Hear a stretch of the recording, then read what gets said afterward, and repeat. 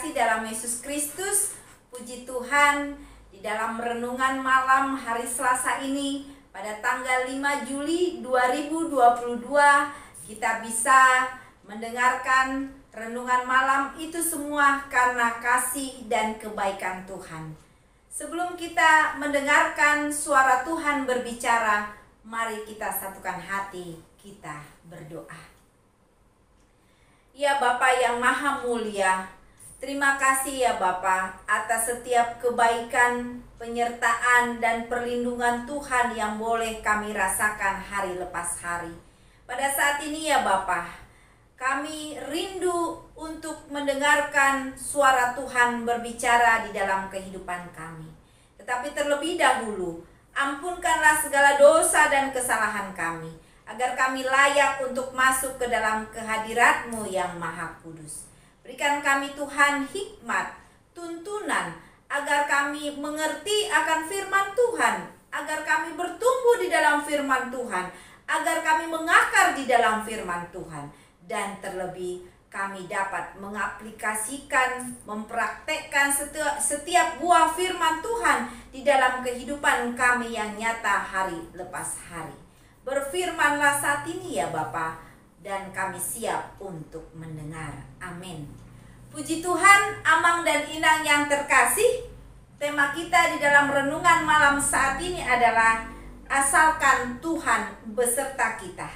Terambil dari kitab 1 Samuel 4 ayat yang pertama hingga ayat yang ke-14. 1 Samuel 4 ayat yang pertama hingga ayat yang ke-14. Demikianlah firman Tuhan. Orang Israel maju berperang melawan orang Filistin dan berkemah dekat Ebed-Haizer, sedang orang Filistin berkemah di Afek. Orang Filistin mengatur barisannya berhadapan dengan orang Israel.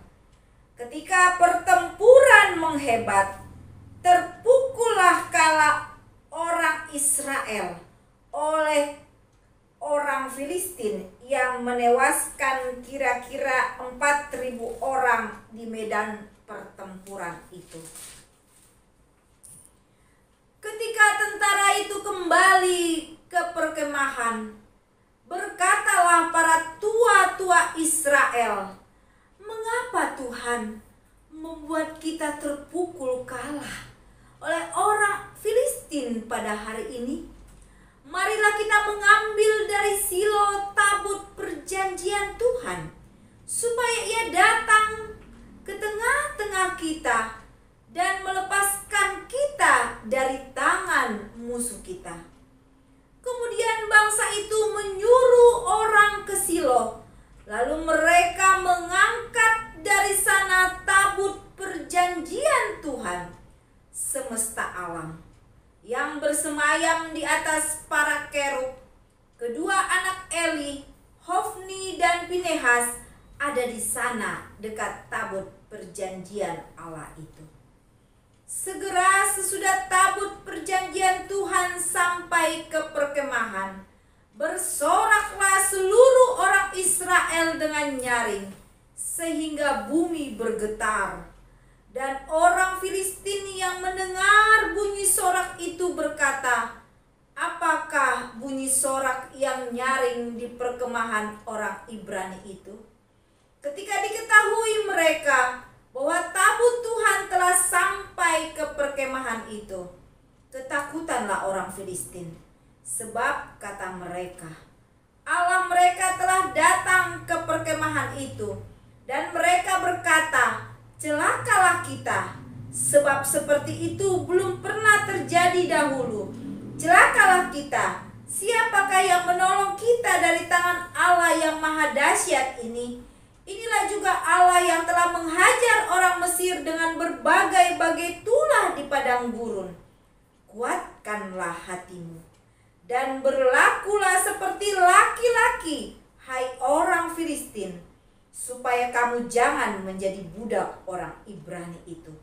Seperti mereka dahulu menjadi budakmu, berlakulah seperti laki-laki dan berperanglah."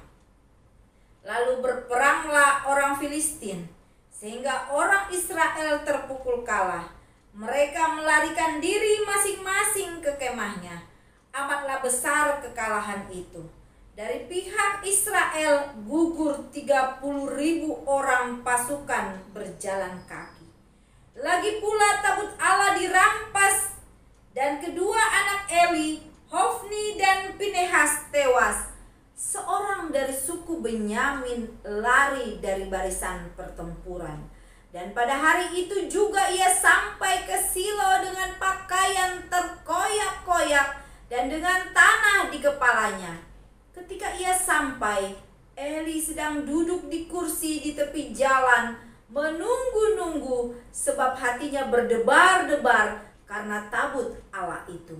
Ketika orang itu masuk ke kota dan menceritakan kabar itu, berteriaklah seluruh kota itu.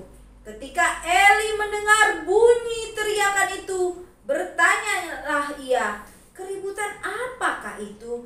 Lalu bersegeralah orang itu mendapatkan Eli dan memberitahukannya kepadanya.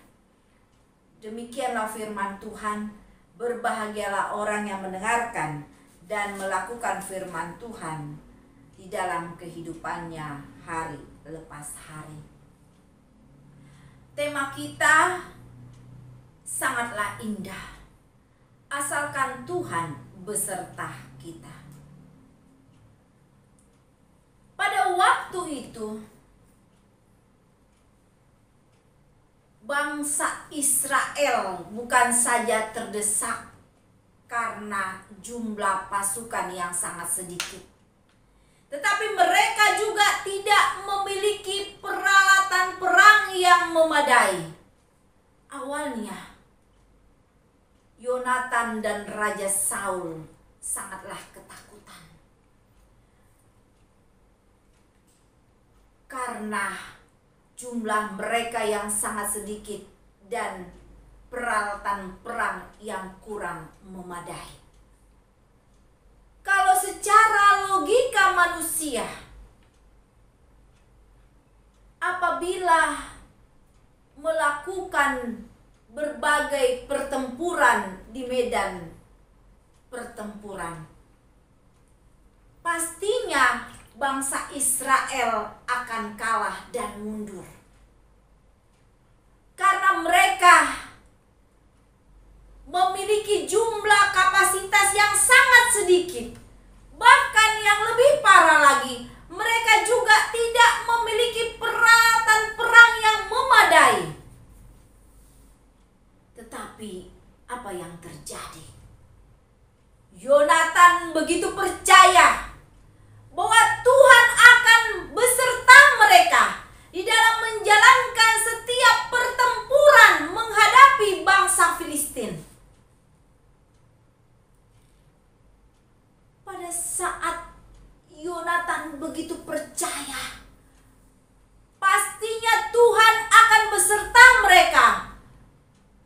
Yonatan begitu berani memimpin bangsa Israel untuk menghadapi bangsa Filistin, mendatangi perkemahan bangsa Filistin. Dan karena kepercayaan itulah bangsa Israel mengalami kemenangan yang begitu luar biasa. Ternyata kemenangan yang diperoleh oleh bangsa Israel bukan karena besar kecilnya jumlah kapasitas pasukan yang ada. Kemenangan yang diperoleh bangsa Israel bukan karena banyak atau sedikitnya peralatan perang yang mereka dapatkan, tetapi kemenangan yang mereka peroleh saat itu adalah karena penyertaan Tuhan. Karena Tuhan beserta mereka. Karena mereka percaya betul dan Yonatan percaya betul bahwa Tuhanlah yang menentukan kemenangan saat itu. Bagaimana dengan kita saat ini, Amang dan Inang yang terkasih? seringkali di tengah perjalanan kehidupan kita di dunia ini, pada saat kita mengalami berbagai tantangan, pada saat kita mengalami ujian yang berat, pada saat kita mengalami pergumulan yang berat, jangan pernah mengukur besar atau sedikitnya jumlah kapasitas persoalan yang datang menghampiri kehidupan kita. Jangan pernah mengukur besar atau sedikitnya kapasitas kita untuk dapat menangani sebuah persoalan di tengah-tengah kehidupan kita.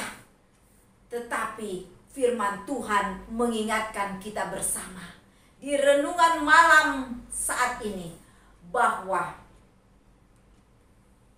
seberapa berat persoalan kita, inti persoalannya adalah mari andalkan Tuhan.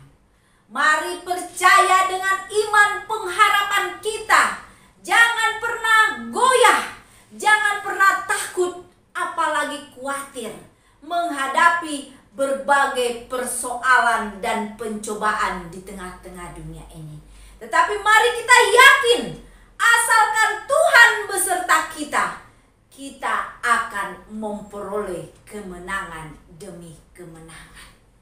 Karena kita tahu, sebagai anak-anak Tuhan, kita diberi kuasa untuk dapat menghadapi berbagai persoalan. Kita diberi kuasa dan diberi kemampuan untuk dapat memenangkan sebuah persoalan, memenangkan sebuah pertandingan di dunia ini. Karena kita percaya secara totalitas. Karena Tuhanlah yang menentukan kemenangan di dalam kehidupan kita yang nyata. Amin. Terima kasih Bapa atas setiap firman yang sudah sama-sama kami baca, kami dengar. Kami tahu Tuhan, ketika kami menghadapi berbagai persoalan di medan pertempuran, seringkali kami khawatir dan takut. Tetapi firman Tuhan menguatkan kami saat ini bahwa kami akan mampu menghadapi semua persoalan di medan pertempuran.